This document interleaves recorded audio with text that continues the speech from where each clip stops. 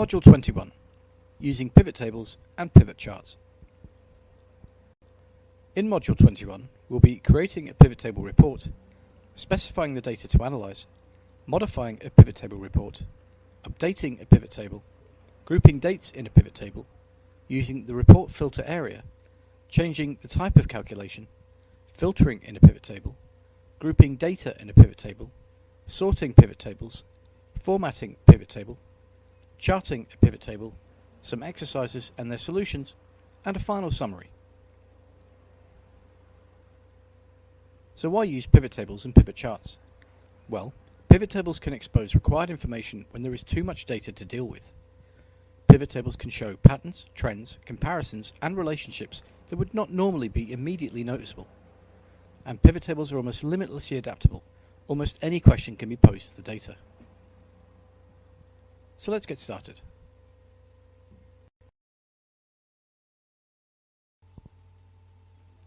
Before we start with pivot tables and pivot charts, it should be mentioned that pivot tables work best with very, very large sections of data, or spreadsheets that contain many thousands of entries. We're back with our fictional Autumngate dairy spreadsheet, but this time we've extended the range. We've included 3 months worth of production, whereas in the original exercises we only included 1 month. Normally, when using pivot tables, you'd be using them with spreadsheets even larger than this one. The idea behind using a pivot table is to make unwieldy data more manageable and far easier to view. So let's begin.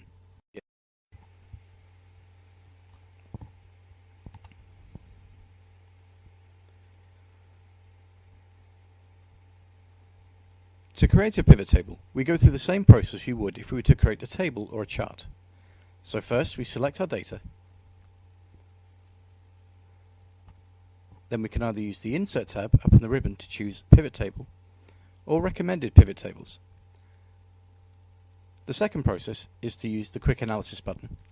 Select Tables, and again we have Recommended Pivot Tables here. Excel will endeavour to ascertain which type of data needs to be within the pivot table, so it comes up with a few different options. For this example, we're going to choose Pivot Table from the Insert tab in the ribbon and select all our data. The Create Pivot Table window opens with a few options. First, it asks us to select a table or range, which we've already done so, or we can use an external data source, such as a website or an Excel file held on a server. Then we can choose where our pivot table is to be placed, either within a new worksheet or an existing worksheet. For us, we'll use a new worksheet. And finally, we can add this data to the data model. We'll come back to this later on, but we'll leave this unchecked for now. Once we click OK, in our new worksheet, we now have Pivot Table 3. This is just a placeholder for when we start to define our pivot table. We can also name our pivot table, so we'll go ahead and do that now.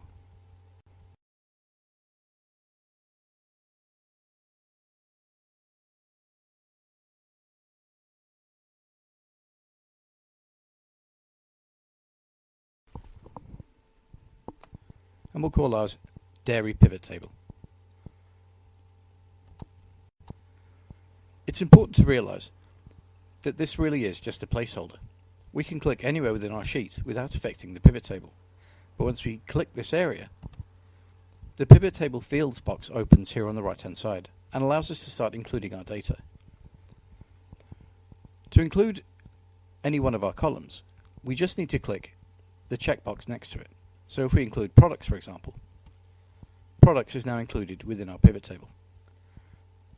But we can also include sort and filter options to be included from the data before it arrives into the pivot table. So for example, if we cancel this, deselect product, and now select only, for example, cheese,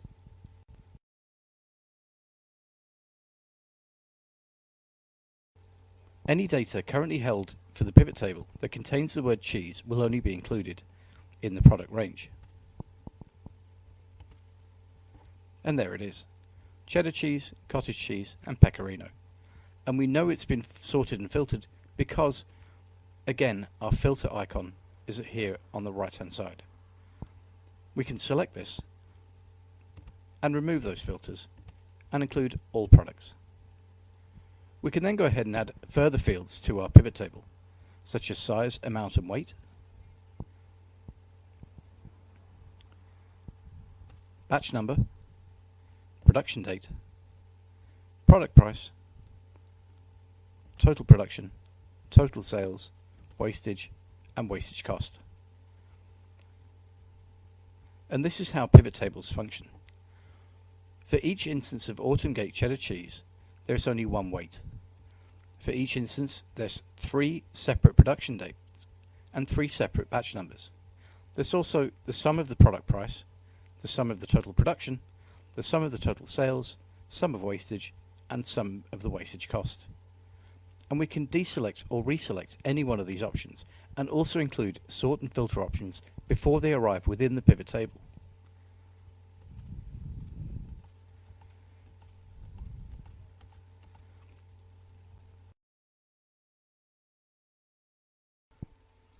What's great about working with pivot tables is the ability to specify which types of data to include within it. For example, we've already seen that we can specify within the product range just by choosing the name, but we can do the same thing with each one of these fields.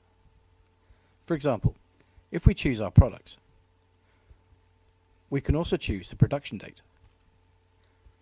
But let's say we only wish to include the production date in January.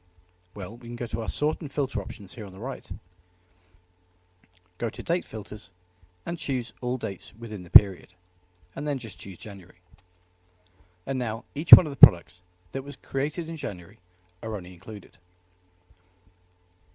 We can also include the total sales, and as our filter has already been applied within the date for January, only the sales for that period will be included. So we can be as specific or as broad as we like when it comes to creating our pivot table report.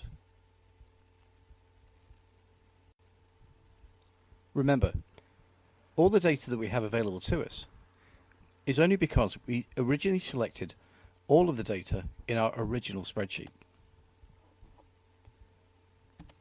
If we choose to include only some of the data from the original spreadsheet, we would have to update this range, but we'll look at this a little later on.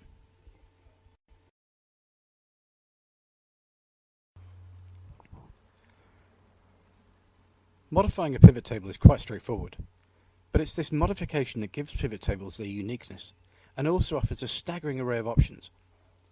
For example, if we click our placeholder for the pivot table, we can see our normal pivot table fields view appears. So let's go ahead and add all of our fields to the pivot table.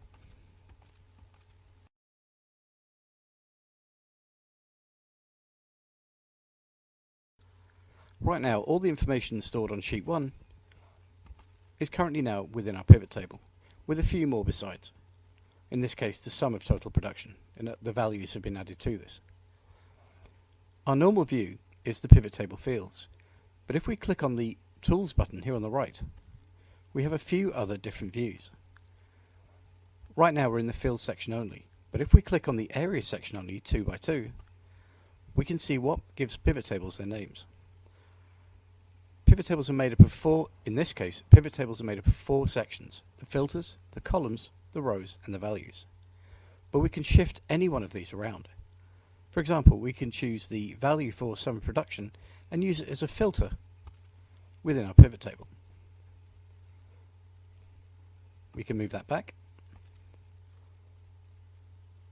and we can choose, instead of having our products arrayed down the page, we can have them arrayed across, and this way they're now columns. We can also choose to turn off and on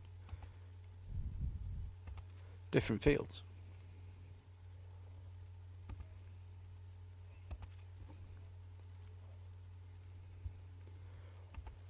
There are a number of different views available within the Tools section. We can have just the Area section, and this works the same way. We can move our different fields up and down different sections. 2 by 2, as we've already seen. The Field section, which we're well used to by now. The Field section and Area section side by side. and again the same system applies.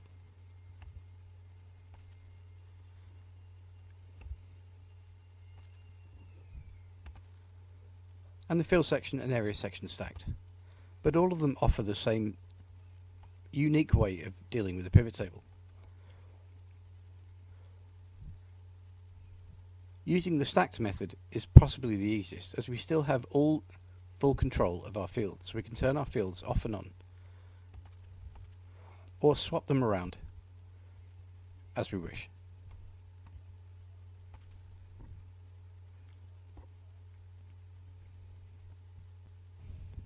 This can be confusing, but it does showcase the uniqueness of pivot tables and their advantage over normal tables. Normal tables offer us a great control over the data we wish to see, especially when it comes to applying sort and filters, but a pivot table goes one step further than that, and hence the name. We can pivot our data from horizontal to vertical, or from rows to columns, as we see fit, to find the relationships, trends and patterns within the data.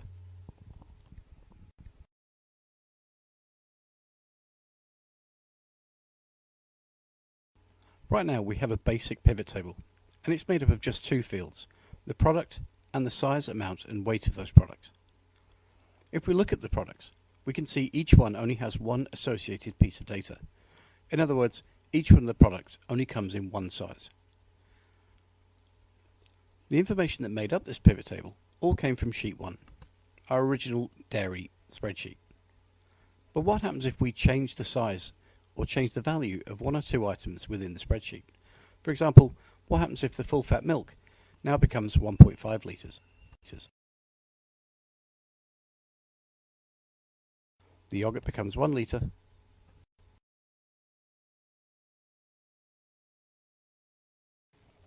and the pecorino cheese, instead of being 1/4 of a kilogram, becomes 375 grams.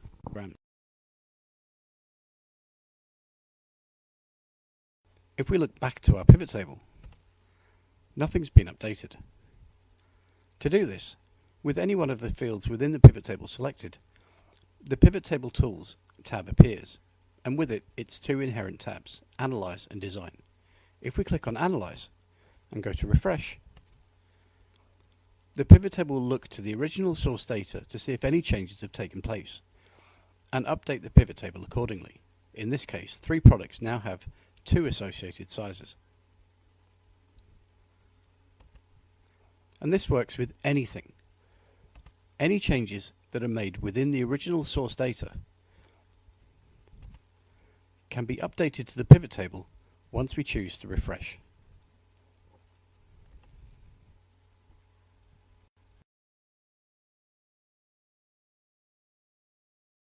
We can do some interesting things with dates within a pivot table. If we look back again to our original dairy spreadsheet, I've actually added some extra dates to each one of the products. If we go back to the pivot table and construct a simple pivot table involving just the product and the production date, we can see that each product now has 6 different production dates. Remember, if we were using a spreadsheet with a much larger data array, this would be very difficult to go through. But what we can do is group the dates. If we select any one of the dates and then right-click, we can choose Group from the contextual menu, and the grouping window opens. The automatic settings have already been applied, but we can change these if we wish. The automatic settings will look to the very beginning of the date range and the very end of the date range, and then ask us how we wish to group this information. We'll choose months, which is already highlighted here, and click OK. Now all our dates are grouped by the month. We can also include a timeline to our pivot table. Click anywhere within the pivot table, go to Pivot Table Tools and choose Analyze, and then select Insert Timeline. As production date is the only field with chronological information, it's the only one we can use. If we tick the checkbox and click OK, a timeline is introduced within our pivot table, and we can extend or contract any one of the date ranges within this. As our pivot table only includes 3 months, we can only really use January, February and March of 2014. Grabbing and holding the toggles allows us to extend or contract this range. So we can include January, February or March, or we can just see February by contracting the slider. And we can extend the range using the same method. Once we're done, if we click on the timeline and then select delete, we can get rid of it. But remember, this does apply a filter to our pivot table. So if we click this option and then clear our filters, we go back to our original view. We can do the same thing with the slicer. Again, we go to the pivot table tools. Once we select the pivot table, go to Analyze and choose Insert Slicer. The slicer allows us to use this option within any one of the fields, but we'll do it for production date. Click the checkbox, click OK, and the slicer allows us to turn on or off the view for each one of the options. So if we select March,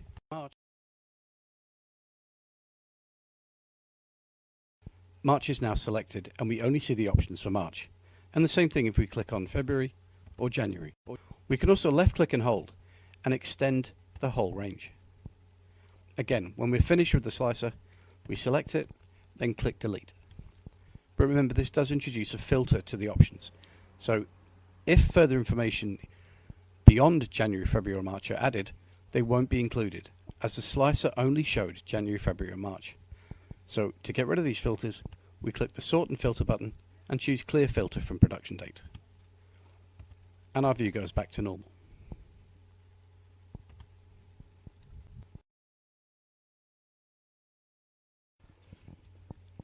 We've briefly looked at the report filter area earlier on, but let's look at it now in more detail. So let's start with a brand new pivot table that uses all the fields.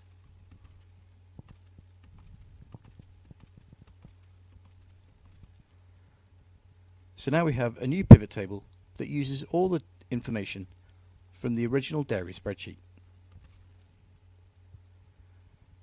If we use the Tools option and go to the Area section 2 by 2, we also know that the pivot table is made up of 4 areas: the filters, the columns, the rows and the values. It should be worth mentioning now, in the Rows section or in the Columns section, whichever field is at the very top of the list is the one that's defined for the rest of the data. For example, right now Product is our top field in the Rows section, and we can see this because we have a collapse button next to the product Autumn Gate Cheddar Cheese. And if we click this, all the data beneath it pertaining to this particular product will be hidden. And it's the same for each one of the products.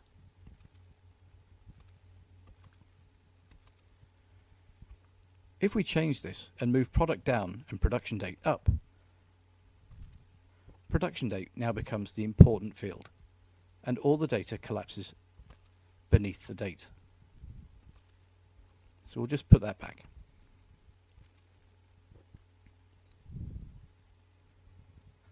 What makes pivot tables unique is the fact that we can move any one of these into the filter section.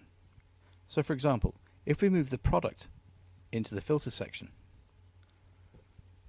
it becomes a filter here at the very top of the pivot table. And now we can choose to see all the information pertaining to it or just one. So if we select one of the products and click OK, we see only the information pertaining to Autumn Gate Cheddar Cheese, and we know a filter has been applied because again we have our filter icon here. But we can see that Autumn Gate Cheddar Cheese has 3 production dates, 3 batch numbers, and all its other pertaining information here next to it. And when we're finished with it, we can move the product back down to the top of the row section. And we can do the same thing with the values as well. So the sum of the total production can be moved to the filters section. And again, we can apply a new filter or sort to see only one value or all values. If we go back to our field view,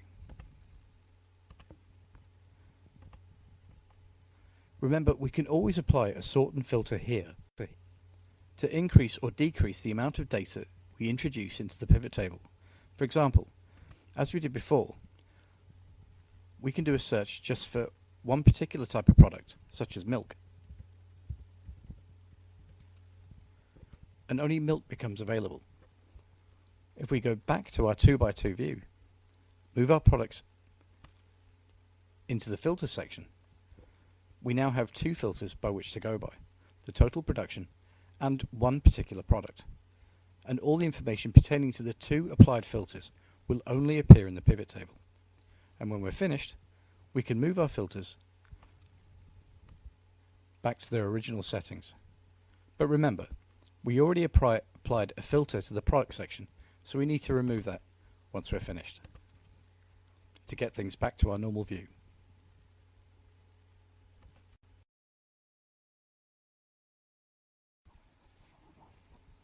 We're back again with our usual pivot table report. We've included all the fields currently held within Sheet 1 and all of its associated data. You've probably noticed as we work through this module that there are calculations, subtotals and grand totals added within the report.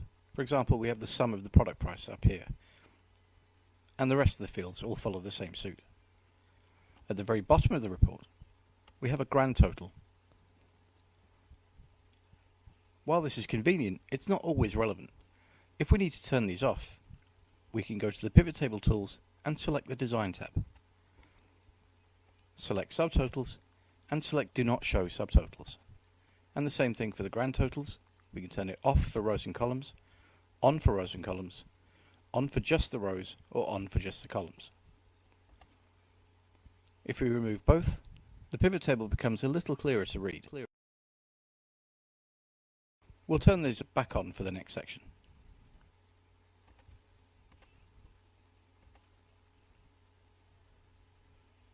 Speaking of the subtotals, we don't always need these calculations within our fields. For example, the sum of the wastage cost is helpful, but what if we want to find out the average? Well, if we click on the field, right-click and go to Value Field Settings, or alternatively go to the Analyze tab and select Field Settings here, the same window will open, the Value Field Settings window. And we can change the type of calculation currently used within the subtotal. In this case, we want to find out the average, so we select Average and click OK. And now, instead of sum of the total of the wastage cost, we now have the average of the wastage cost. And we can do the same thing with each one of these fields. For example, we could look at the sum of the total sales, right-click and go to Value Field Settings, and change the calculation to find out the maximum, and click OK. And the maximum sales for cheddar cheese is 475.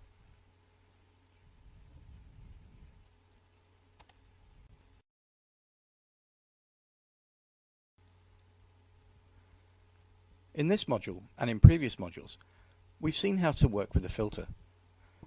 We've already seen how to work with filters within pivot tables, but there are three different ways of doing this.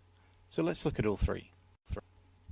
Right now in our row labels, we can select a filter here by either simply selecting one product or typing in a search for a particular product and applying it to the pivot table report. We know a filter's been applied because it's in the icon here. Another method is to actually filter the product within the field before it arrives within the pivot table. So for example, if we go to production date and apply a filter here, we can select just one date, or type in a date we're looking for, or use a date filter. For example, we can go to the all dates in the period and just choose February. And now we have all the products made in February 2014. Again, we know a filter's been applied because the filter icon is next to the field. The last method of using a filter is to use the Areas section. For example, we can apply a batch number filter and then select how we wish it to be filtered up here at the very top of the pivot table report. For example, we can choose to select multiple items and just see a particular range of batch numbers.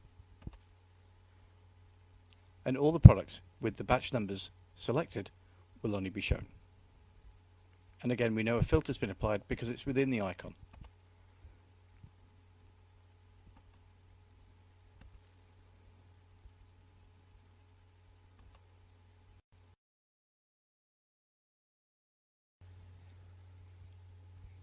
There's two methods to group data within a pivot table report. The first method is to select the set of data we wish to group and choose Group Selection in the Analyze tab in the Group section of the ribbon. And a new group is created called Group 1. And we can expand and contract this group by clicking on the plus or minus button that's next to it. When we expand our selection, all our batch numbers are now visible and the pertinent data associated with it. We can even change the name of this group to make it more convenient for us. For example, we can change this to cheddar cheese batch numbers.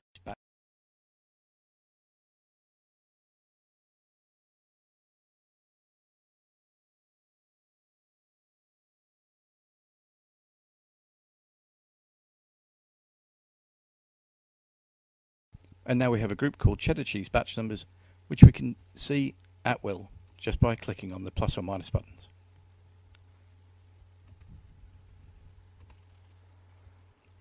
The other method involves using the mouse to help us out. Click on any one of the numbers, or in this case the batch numbers, and move the mouse till we get the black down arrow, and then left click. All the batch numbers in each one of the datasets is now selected. And we can again choose Group Selection from here in the ribbon, or we can right click and select Group from there. And now we have a group for each one of the batch numbers that we can expand and contract by clicking on the plus or minus button. And again, we can change the name.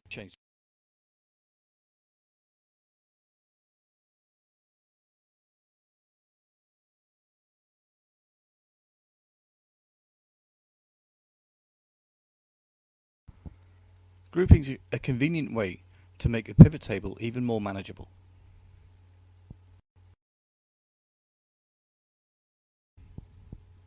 Much like the filter options, pivot tables offer us a little more variety when it comes to applying a sort. For example, one method we can do this is to select the row labels, select the field we wish to apply the sort to, and apply the sort there. Another method is to apply the sort within the pivot table fields here on the right. For example, we can select the product and sort the product from Z to A. And our data updates. One last method, which is particularly useful where we don't have the option to sort, is to choose the very top cell of a range of data.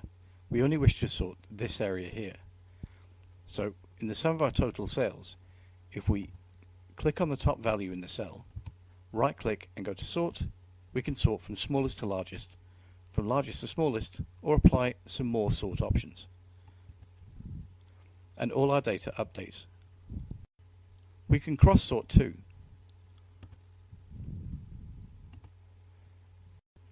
Across rows and columns.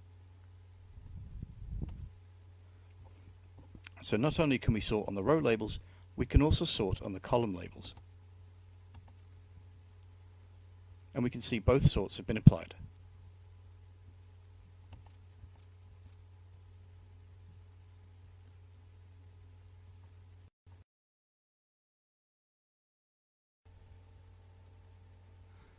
Formatting a pivot table is very straightforward. Select the pivot table, go to the pivot table tools and choose Design. The Design tab offers us a few different options. We can include or exclude subtotals, or change their position.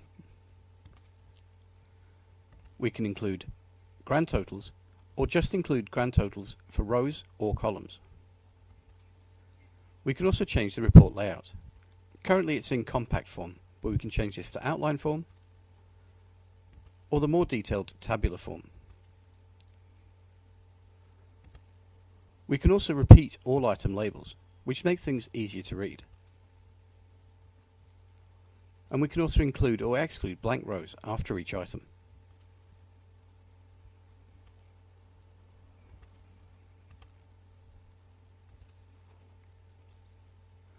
We can include by bolding the row headers and the column headers. And we can also include banded rows and banded columns, which is always handy when we need to cross-reference any data. We can also use the pivot table styles and select one of the predetermined designs already created by Excel. The same formatting options are also available using the Home tab. For example, we can apply conditional formatting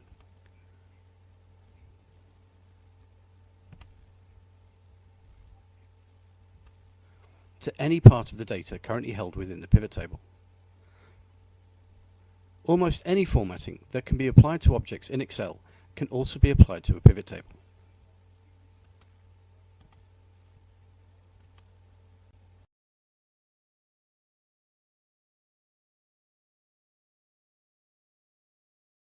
Any data stored in a pivot table can be easily converted to a chart. Start by selecting the pivot table, going to the pivot table tools and selecting Analyze. The pivot chart button is here on the right. And we can already see some predetermined layouts and styles for our chart. The problem, however, is the chart can become unmanageable as all the data stored in the pivot table is included in the chart, and we can already see some data overlapping others, and it makes it very hard to view. Remember, the point of a pivot table is to select only that data we wish to see, especially from a large array of data. So, with this in mind, if we only produce a chart using the fields we wish to see instead of all the fields, we have a much easier time of it. So if we select Product, the total production and the total sales, and then once again select our pivot chart button, the different chart styles are already far easier to see and look much tidier. Clicking OK will select the chart and place it within the spreadsheet. Way back in Module 8, when we first started studying charts, we know we can do many things to charts in terms of its style, layout and format.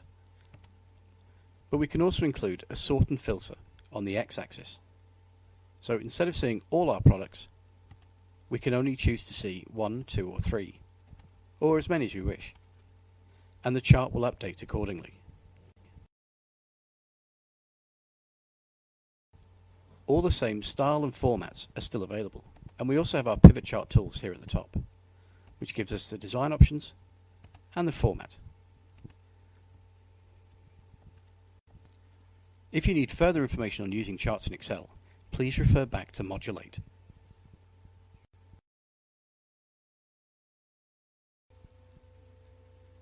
For the first exercise, use the Autumn Gate Dairy Pivot Table Exercises spreadsheet to create a pivot table based on all the information currently held in the second quarter 2014 worksheet. When the pivot table is created, make sure that all the fields are included.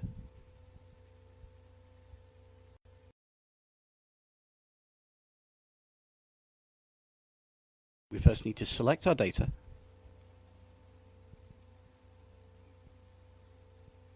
and then either use the Quick Analysis button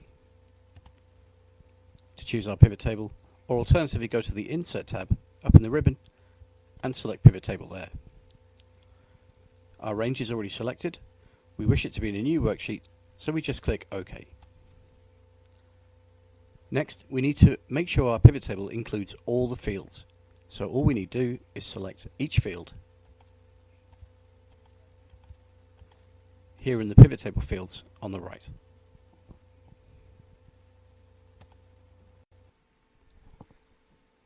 For the next exercise, go back to the second quarter 2014 worksheet and change the total sales in the first instance of Autumn Gate full fat milk to 9,500.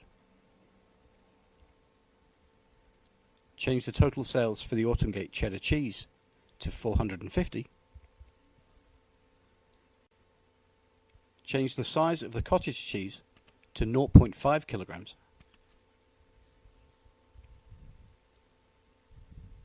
and change its product price to €2.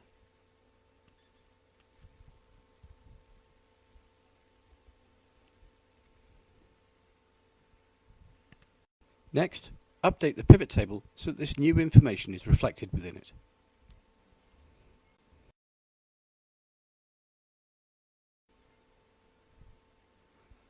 Okay, so to update our pivot table, we go to Sheet 3 where our pivot table is formed, select anywhere within our pivot table to open up the pivot table tools, then go to Analyze, and then select Refresh. And the data is updated within the pivot table. For the next exercise, use the Report Filter area to discover what products were made on the 1st of the 4th, 2014.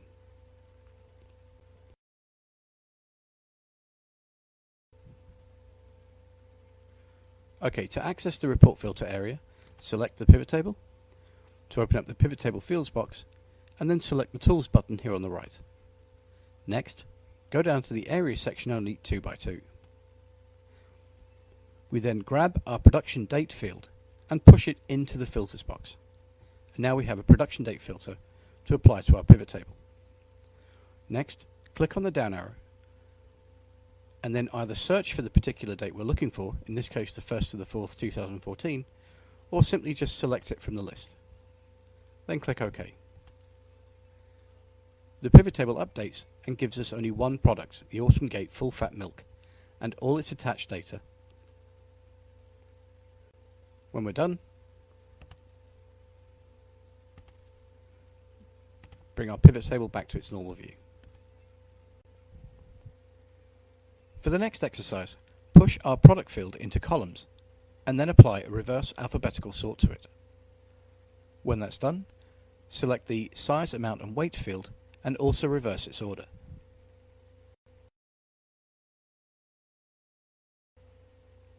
Okay, so to change our layout and to access our sorts, select the pivot table, go to the Tools button and select Area section only 2x2. Next, grab our product field and push it into columns. And now we have our products horizontally across our pivot table. Now we can apply our sort in the column labels here, and we want a reverse alphabetical sort, which updates to the pivot table. Next, we choose our row labels. Size, amount and weight is already selected from our list of fields, and we're also going to reverse its order. And the pivot table updates. When we're done, undo the two sorts and push our products back into the row at the very top of the row section.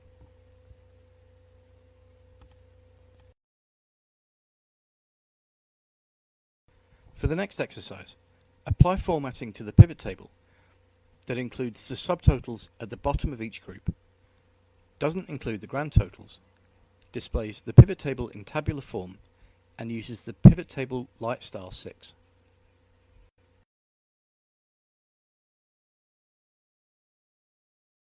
Okay, so to apply our formatting, we select our pivot table and go to the Design tab. First, we wish to change our subtotals to be shown at the bottom of the group and not to include any grand totals. Next, we change our report layout to tabular, and lastly, we change our pivot table styles to light style 6.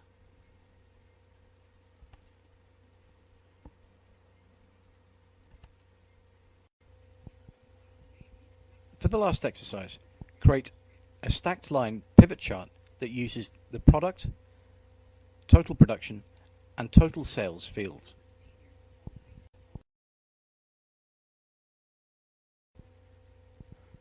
Okay, so to create our pivot chart, we first need to access our pivot table and only use the fields mentioned, in this case product, total production and total sales. Next we go to the Analyze tab and select Pivot Chart. We want a line chart, but we want a stacked line chart. Once we're done, click OK. And there's our stacked line chart for our product, total production and total sales.